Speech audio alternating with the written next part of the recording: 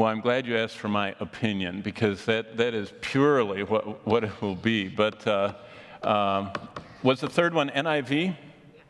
In the NIV.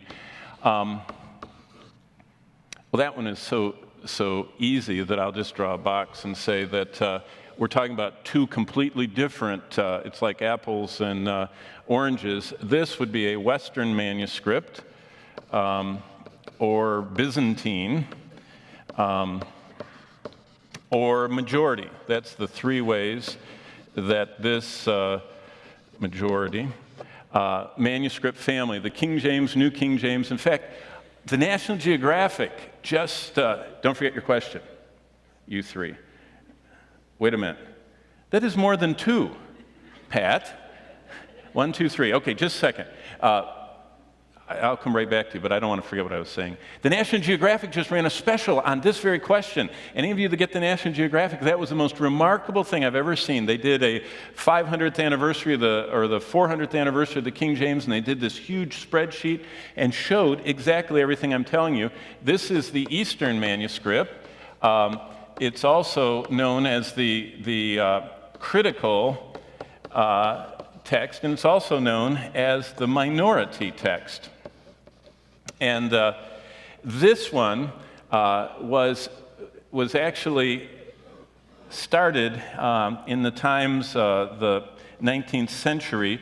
They assembled this one from all of the archaeological digs that they started finding, all these remnants of manuscripts.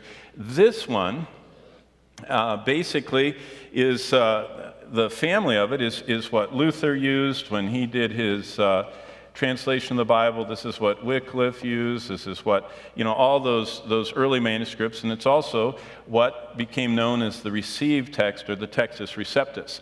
Basically, doctrinally, the only difference between the two manuscripts, I'm not talking about the translations because there is a big difference between them, but between these manuscripts family is the Western text, the Byzantine, the majority. It's interesting, probably 90% of all sermons that quoted the Bible from the 2nd century through about the 6th century, 90% of all the sermons. Now see, pastors, you know how this morning I read 4 verses, but a lot of times we'll read a whole chapter. Pastors, as they preach, would quote inside their sermons text. And what's interesting is that 90% approximately of all the printed sermons of what is called the post-apostolic fathers, the pastors from after the time of the apostles, the 2nd century through the Byzantine church era in the 6th century, quoted from this one. And about 10% of them quoted from this one, which is maybe 15%. So it's fascinating that the church history up through the 19th century primarily had this family of manuscripts. This family of manuscripts is shorter. They're from desert areas. They're older. That's the key, why people like them. They're older, but they're not older because they're closer to the original. They're older because they didn't rot in the deserts.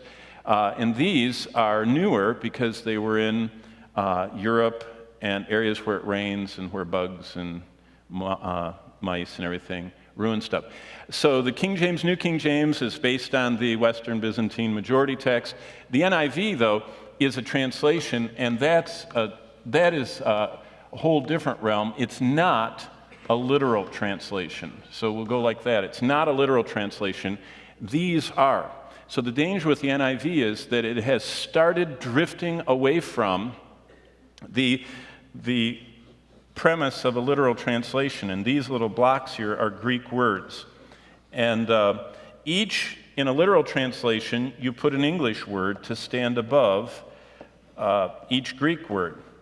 But so that's this side. But the NIV, they go like this, and they go, we'll put this word here, and we'll put a word here that's not, it's kind of close, and then we'll put a literal one above. And so it's called dynamic, and no longer are the words of the text. It's called a dynamic equivalence translation, which means it's close, but it's not anchored to the word. And so the today's Living, the NIV, all the T and everything else NIVs are all this side of the non-literal. So I would always stay far away from a non-literal for constant doctrinal Bible study. There's nothing wrong with reading them. You can read the Living Bible. But if you're going to study doctrine, you need to stick to a literal, word-for-word translation of the Bible, not one of the new, modern, like Eugene Peterson, NIV, and all that stuff, that is no longer tied directly to the Greek text. So, did I say enough? Good.